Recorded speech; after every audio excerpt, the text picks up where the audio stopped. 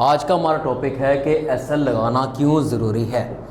चले, हम मार्केट चल रही होती है, जैसे ये सपोर्ट है, ये रेजिस्टेंस है, मार्केट इसके अंदर घूम रही है। अच्छा, इसके लिए सबसे पहले आपके पास नॉलेज होगा तो आप देखेंगे कि मैंने एसएल कैसे लगाना है, मैंने टीपी कहाँ लगाना है, क्योंकि जब आपके पास नॉलेज ही नहीं है तो आप एसएल टीपी कैसे लगा सकते हैं। अच्छा, एक चीज़ आपने और याद रखनी है कि जो टीपी एसएल होता है वो आपके जोन का होता है, ना कि आपकी एंट्री का।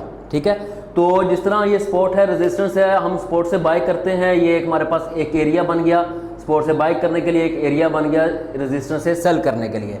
अब मार्केट मूव करती है, रेजिस्टेंस से मार्केट ने गिरना है, जाहिर सी बात है।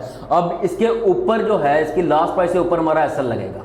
ठीक है, अगर मार्केट ये जोन फेल कर देती है तो फिर क्या होगा, हमारा यहाँ पे एसएल हिट होगा, हमें $10 का लॉस होगा, या हमारे रूल के मुताबिक जो हमारा एसएल बनेगा वो हमारा लॉस होगा और हमारी ट्रेड क्लोज हो जाएगी। अगर हम एसएल नहीं लगाते, हम एसएल पुट नहीं करते, तो फिर क्या है कि मार्केट अगर ये रेजिस्टेंस ब्रेक करती है, मार्केट अपने इस रेजिस्टेंस तक जाएगी। ठीक है, अब इस रेजिस्टेंस से इस रेजिस्टेंस का फासला, हम एक एग्जांपल लेते हैं कि $20 या $30 का फासला है, हमने एसएल लगाया अपना $10 का, और ये $20 इसके अलावा भी है। ठीक है, अब यहाँ से $20 का और फासला भी। अगर हम एसएल नहीं लगाते, हमें $30 का वेट करना पड़ेगा, $30 में फ्लोटिंग देखनी पड़ेगी, ताकि मार्केट अपने इस लेवल पे आए और दोबारा ये लेवल इसको रिस्पेक्ट दे। अगर ये भी लेवल रिस्पेक्ट नहीं देता, इसका भी एसएल हो जाता है, तो इसका मतलब ये हुआ कि हमारा हाफ अकाउंट या कंप्लीट अकाउंट वॉश हो गया।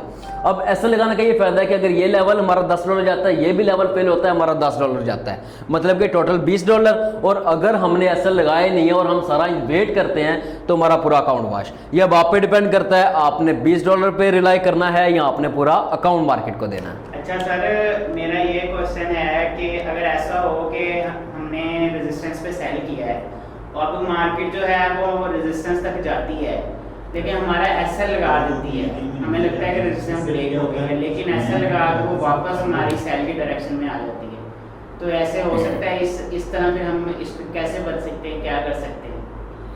देखिए, इसमें यह चीज़ है कि हमने एसएल तो लगाना है, हमने जोन के मुताबिक इसको एक मार्जिन देना होता है। एक चीज़ तो ये होती है कि अगर हमारे प्रॉपर एनालिसिस हो, उसके मुताबिक जो है हमने एसएल रखा हो, फिर तो बहुत कम ऐसे चांस होते हैं कि मार्केट एसएल लगाए और वापस आ जाए।